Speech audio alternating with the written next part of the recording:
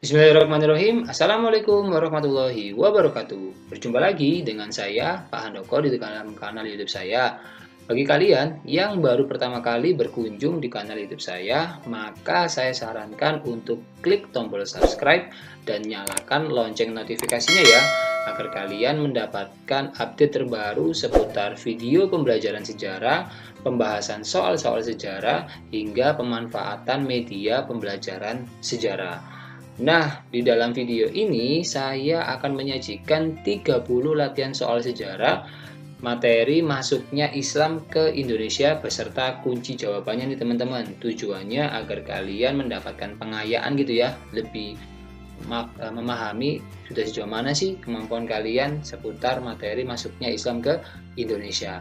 Tanpa berlama-lama lagi, kita langsung masuk ke soal yang pertama. Soal pertama. Islam berasal dari Arab, merupakan pernyataan dari teori A. Teori anak benua India, B. Teori Persia, C. Teori Arab, D. Teori Cina, atau E. Teori Eropa. Bagi kalian yang masih memikirkan jawabannya, silakan klik tombol pause ya. Tetapi jika kalian sudah mendapatkan jawabannya, kita buka bersama-sama. Jawaban yang paling tepat adalah yang C teman-teman, yaitu teori Arab gitu ya. Kita lanjut ke soal nomor 2. Salah satu ahli yang mendukung teori anak benua India adalah A. Snoguru Gronje, B. T.W. Arnold, C. Buya Hamka, D. Hussein, atau E. Sumanto Al-Qurtubi. Dan jawaban yang tepat adalah yang A teman-teman, yaitu Snoguru Gronje. Kita lanjut ke soal nomor 3. Historiografi tradisional yang mendukung teori Arab adalah A. Babat Tanah Jawi, B. Hikayat Raja-Raja Pasai, C. Kitab Arjuna Wiwaha, D. Babat Giyanti, atau E. Babat Cirebon. Dan jawaban yang tepat adalah yang B teman-teman, yaitu Hikayat Raja-Raja Pasai. Lanjut ke soal nomor 4. Bukti artefak yang digunakan para ahli untuk mengidentifikasi dan mendukung teori masuknya Islam adalah A. Masjid, B. Kaligrafi, C. Hikayat Aceh, D. Batu nisan, atau E. Perahu kuno. Dan jawaban yang tepat adalah yang D teman-teman, yaitu batu nisan. Lanjut ke soal nomor 5.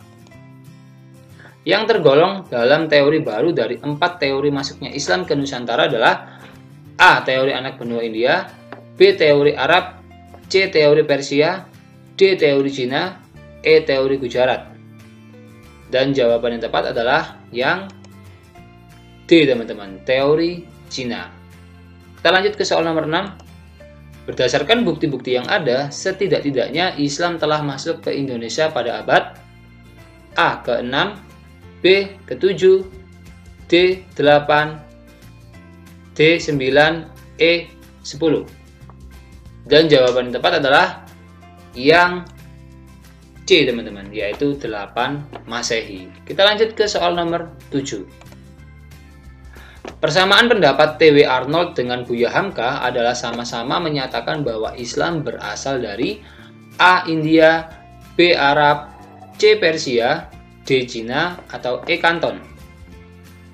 Dan jawaban yang tepat adalah yang B teman-teman, yaitu berasal dari Arab gitu ya. Kita lanjut ke soal nomor 8. Berdasarkan pendapat para ahli, dapat disimpulkan agama Islam masuk ke Indonesia dibawa oleh para pedagang yang berasal dari A. Gujarat, Cina, Mesir, Arab, B. Gujarat, Cina, Persia, Arab, C. Persia, Mesir, Cina, Arab, D. Persia, Gujarat, Mesir, Cina, E. Gujarat, Persia, Mesir, Arab. Dan jawaban yang tepat adalah yang B teman-teman, Gujarat, Cina, Persia, dan Arab. Kita lanjut ke soal nomor 9. Beberapa ahli menyamakan adanya mazhab yang ada di Nusantara dengan mazhab tempat Islam berasal, yaitu mazhab Syafi'i. Mazhab Syafi'i dapat diterima masyarakat Indonesia dengan baik karena mazhab tersebut bersifat fleksibel. Contohnya adalah sebagai berikut, kecuali A. Mazhab Syafi'i mudah menyesuaikan dengan adat istiadat Indonesia. B. Indonesia masih menganut adat istiadat yang tidak diatur dalam Islam. C. Masyarakat Indonesia masih melakukan ziarah dan doa kubur acara 3 hari, 7 hari, 40 hari, dan yasin tahlil. D. Mazhab Syafi'i mentolerir adat istiadat selama tidak menyimpang dari ajaran agama Islam. E. Masyarakat Islam di Indonesia melakukan ibadah puasa selama 29 hari di bulan Ramadan. Dan jawaban yang paling tepat adalah yang E, teman-teman. Masyarakat Islam di Indonesia melakukan ibadah puasa selama 29 hari di bulan Ramadan. Itu ya. Kita lanjut ke soal nomor 10. Terdapat beberapa sumber mengenai masuknya agama Islam. Salah satunya adalah berita Arab. Berita tersebut berisi: A. Terdapat makam seorang raja Islam dari kerajaan Samudra Pasai, tahunnya 1297 Masehi. B. Terdapat sebuah kerajaan Islam di Sumatera bernama Samudra Pasai.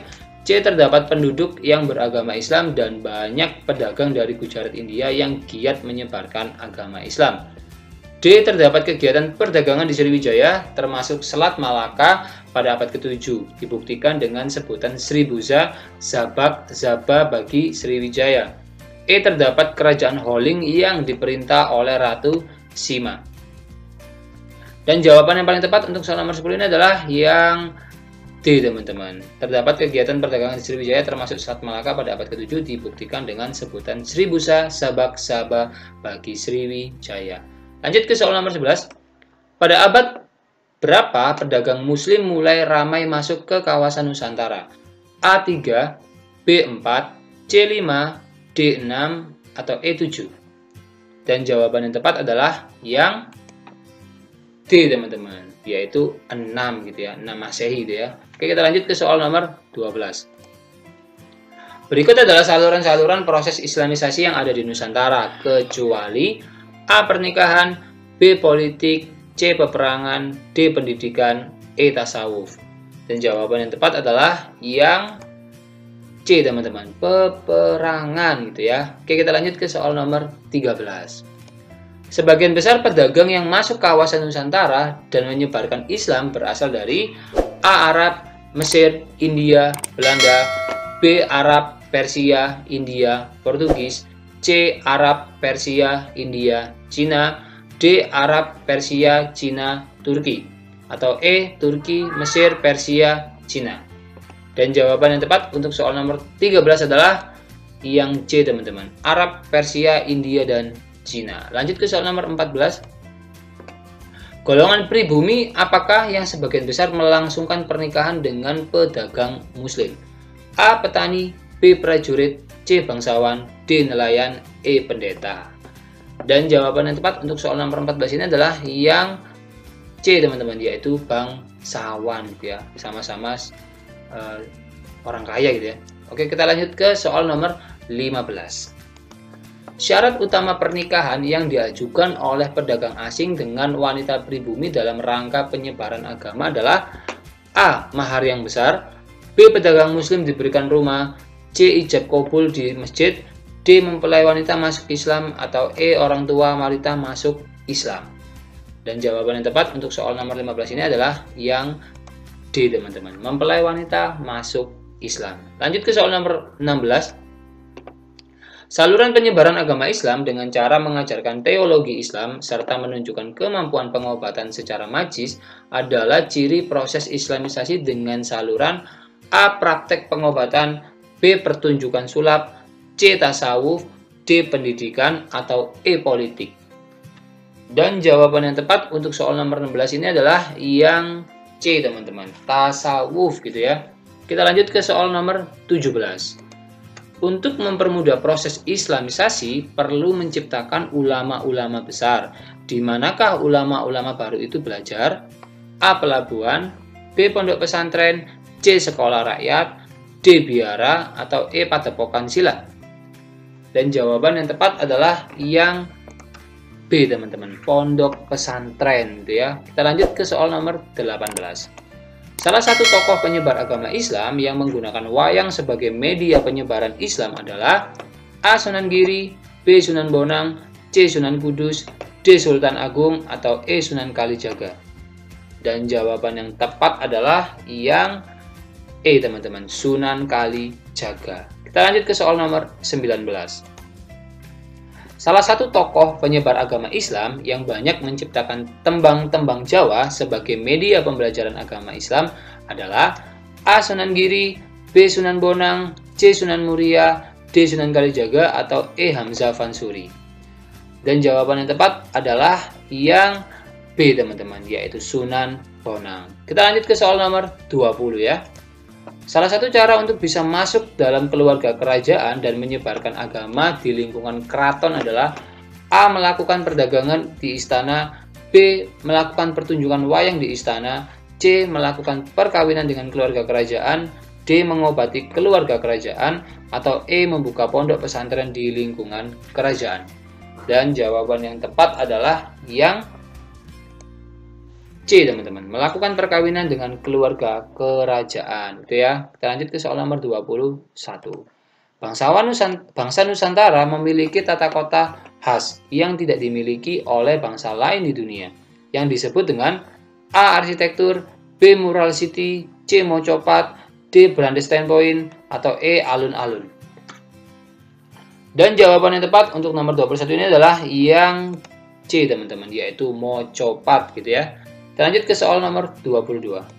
Bangunan apakah yang ada di Nusantara yang banyak mendapat pengaruh peradaban Islam?